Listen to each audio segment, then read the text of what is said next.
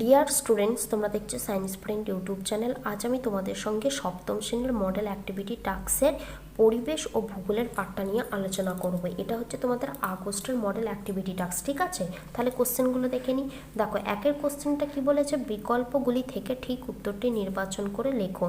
দেখো, একের কোশ্চেনটা কি বলেছে, ভূভাগ ভাঁজ খেয়ে ওপরের দিকে উঠে যে পর্বত সৃষ্টি করে তার উদাহরণ হলো কি না, ঘয়ের অপশনটা আমাদের কিন্তু সঠিক অ্যান্সার হয়ে যাবে, অর্থাৎ হিমালয়টা, ঠিক আছে? তাহলে তোমরা উত্তরটা কিভাবে লিখবে, ঠিক এরকমভাবে লিখে দেবে। এবার আসি, দেখো একের দুইয়েরটা কি বলেছে, ঠিক জোড়াটি নির্বাচন করো।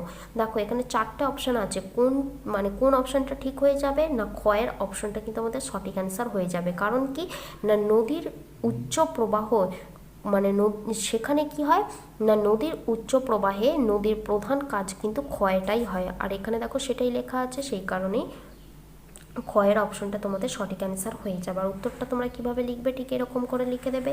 এবার আসি, দেখো একের তিনেরটা কি আছে, আফ্রিকা মহাদেশের মাঝ বরাবর পূর্ব পশ্চিমে বিস্তৃত কাল্পনিক রেখাটি হলো কোনটা না, সেটা হচ্ছে বিষুবরেখা, ঠিক আছে? তোমাদের বইতে লেখা আছে যে আফ্রিকা মহাদেশের মাঝ বরাবর পূর্ব পশ্চিমে বিস্তৃত কাল্পনিক রেখাটি হলো নিরক্ষরেখা। নিরক্ষরেখার অপর নাম যেহেতু বিষুবরেখা, সেই কারণে আমি কিন্তু বিষুবরেখার অপশানটা ঠিক অ্যান্সার এখানে হয়ে যাবে। তার মানে তোমরা উত্তরটা কিভাবে লিখবে, ঠিক এরকমভাবে লিখে দেবে। এবার আসি, দেখো দুয়ের কোশ্চেনগুলো কি বলেছে, বাক্যটি সত্য হলে ঠিক এবং অসত্য হলে ভুল লেখো। একের কোশ্চেনটা কি বলেছে, ব্যবচ্ছিন্ন মালভূমির একটি উদাহরণ হলো ছোটনাগপুর মালভূমি। এটা যেহেতু সঠিক বাক্য, সেই কারণে আমি কিন্তু ঠিক কথাটা লিখে দিলাম।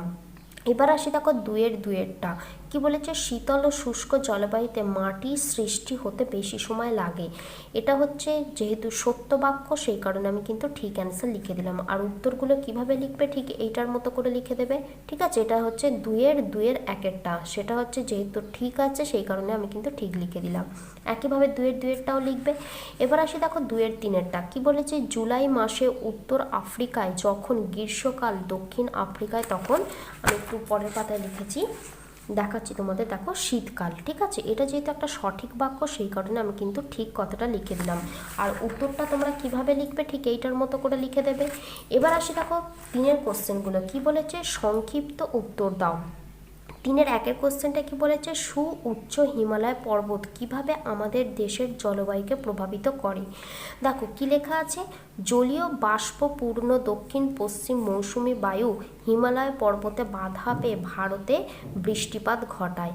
আবার শীতকালে হিমালয় পর্বত সাইবেরিয়ার তীব্র ঠান্ডা বাতাসকে বাধা দিয়ে ভারতে শীতের তীব্রতা কমিয়ে দেয়।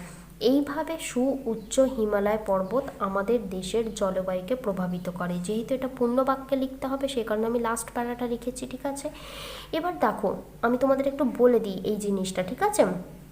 আর এই যে আমি যেটা লিখেছি সেটা তোমরা লিখতেও পারো, আবার নিজের ভাষাতেও তোমরা কিন্তু লিখতে পারো, তোমাদের যেটা ইচ্ছা সেটাই কিন্তু তোমরা লিখবে। তার আগে আমি এই যেটা লিখেছি সেটা আমি তোমাদের একটু বুঝিয়ে দিই, তাহলে তোমাদের একটু বুঝতে সুবিধা হবে। বলেছে কি না, হিমালয় যে পর্বতমালা আছে, সেই পর্বতমালা আমাদের দেশ অর্থাৎ ভারতবর্ষের জলবায়ুকে কিভাবে নিয়ন্ত্রণ করে।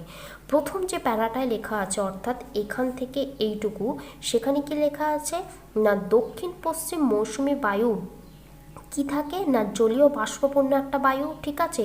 সেই বায়ুটা হিমালয় পর্বতে বাধা পেয়ে ভারতে কিন্তু বৃষ্টিপাত ঘটায়। আবার যখন শীতকাল আসে, তখন শীতকালে কি হয় না, সাইবেরিয়া থেকে তীব্র ঠান্ডা বায়ু ভারতের দিকে এগিয়ে আসে, কিন্তু হিমালয় পর্বত থাকায় সেই বায়ু বাধা পেয়ে আবার ওই দিকেই ফিরে যায়, ফলে ভারতে প্রবেশ করতে পারে না। যার ফলে কি হচ্ছে না, সাইবেরিয়ার যে তীব্র ঠান্ডা বায়ু ভারতে প্রবেশ করতে না পারার জন্য ভারতে শীতের তীব্রতা কিন্তু কমে যাচ্ছে। এটাই লেখা আছে সেকেন্ড প্যারাটা, অর্থাৎ এখান থেকে এইটুকুটা। আশা করি তোমরা বুঝতে পারলে। এবার আসি, দেখো দুয়েরটা কি বলেছে, মাটির দানার আকারের উপর ভিত্তি করে মাটির শ্রেণী বিভাগ করো।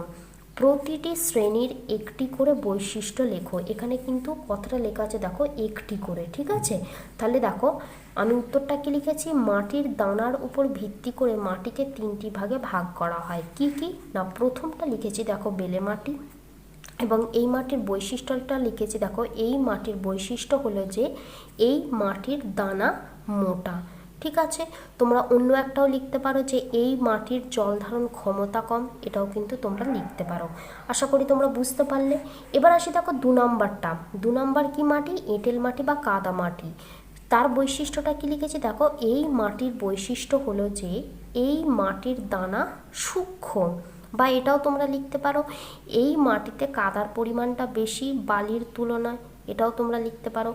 এবার আসি দেখো পরের পয়েন্টটা, যেটা দেখো 3 নাম্বার মাটি, সেটা হচ্ছে কি না দোআঁশ মাটি।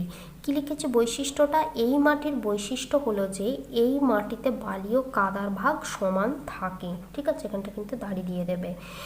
তোমরা অন্য একটাও লিখতে পারো, বা এই মাটিতে চাষ মানে চাষের পক্ষে এই মাটি খুব ভালো, এটাও কিন্তু তোমরা লিখতে পারো। ঠিক আছে, এই যে আমি এটা লিখেছি, মানে তোমরা যদি নিজের ভাষায় পারো নিজের ভাষাতেও কিন্তু লিখতে পারো, কোনো অসুবিধা নেই। ঠিক আছে, এবার আসি দেখো পরের কোশ্চেনটা, অর্থাৎ 4-এর কোশ্চেনগুলো। 4-এর কোশ্চেনগুলো কি বলেছে দেখে নিই।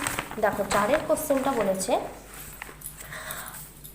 আফ্রিকা মহাদেশের নিরক্ষীয় অঞ্চল ও ভূমধ্য সাগর সন্নিহিত অঞ্চলের স্বাভাবিক উদ্ভিদ কিভাবে জলবায়ু দ্বারা নিয়ন্ত্রিত তা ব্যাখ্যা করো। ঠিক আছে, দেখো আমি কি লিখেছি না আফ্রিকা মহাদেশের নিরক্ষরেখার কাছাকাছি অঞ্চলে সারা বছর, এখানটা এটা কিন্তু একটা কথা। ঠিক আছে, সারা বছর একটা কথা, যেহেতু আমার এখানে জায়গা নেই সেই কারণে আমি বছরটা এখানে লিখেছি, সারাটা এখানে লিখেছি। তার জন্য আমাকে কি করতে হবে, এটা কিন্তু একটা হাইফেন দিতে হবে।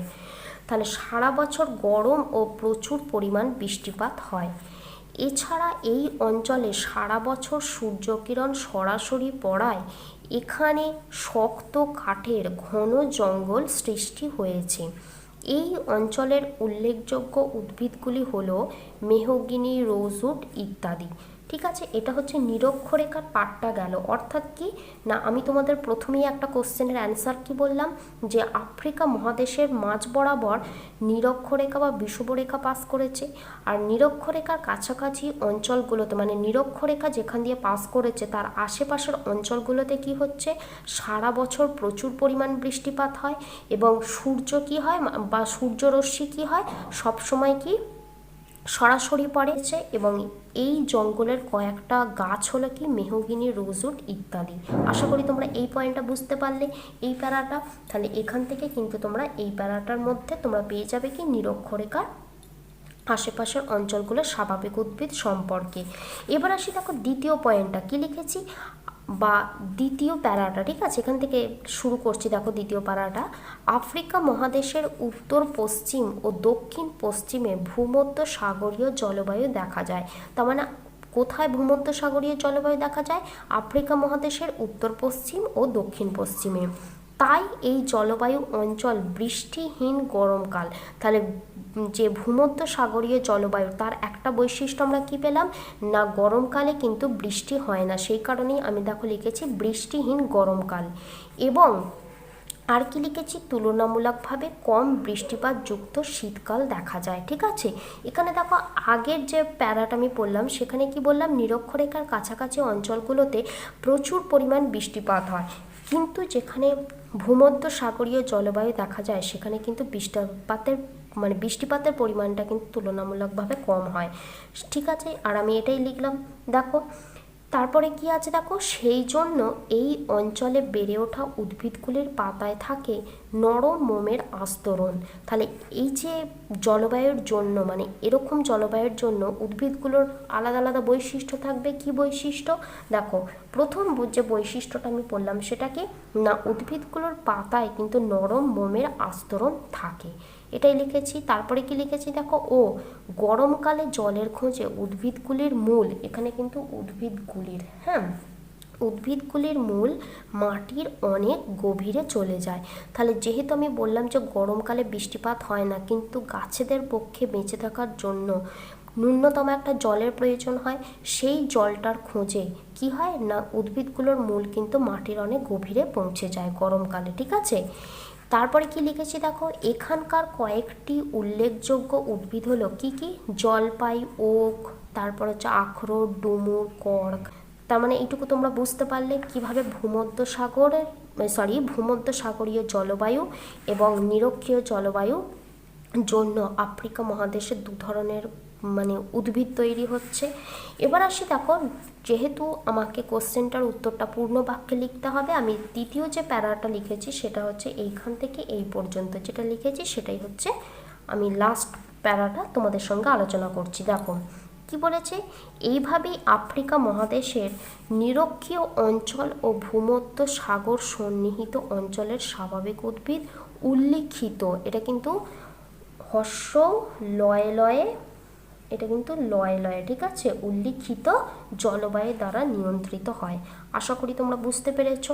এবার দেখো আমি উল্লিখিত কথাটা কেন লিখলাম, কারণ এর আগেই আমি আলোচনা করে দিয়েছি যে নিরক্ষীয় অঞ্চলের যে জলবায়ু এবং যে ভূমধ্যসাগরীয় জলবায়ু, সেই কারণে মানে দুটো জলবায়ু উল্লেখ করে দিয়েছি এর আগে, সেই কারণে কিন্তু আমি উল্লেখিত কথাটা লিখলাম। আশা করি তোমরা বুঝতে পারলে। দেখো এই যে আমি অ্যান্সারটা লিখেছি এটাও তোমরা লিখতে পারো বা নিজের ভাষাতেও কিন্তু তোমরা লিখতে পারো, তোমাদের যেটা সুবিধা মনে হয় তোমরা কিন্তু সেটাই করো। আশা করি তোমরা বুঝতে পেরেছো আমার কথাগুলো। আজকের ভিডিওতে যে সমস্ত আমি কোশ্চেনগুলো করালাম তার মধ্যে যদি কোনো কোশ্চেন তোমাদের বুঝতে অসুবিধা হয় তোমরা কিন্তু অবশ্যই আমাকে কমেন্ট সেকশনে কমেন্ট করো, আমি নেক্সট ভিডিওতে তোমাদের সেই প্রবলেমটা অবশ্যই সলিউশন করে দেব।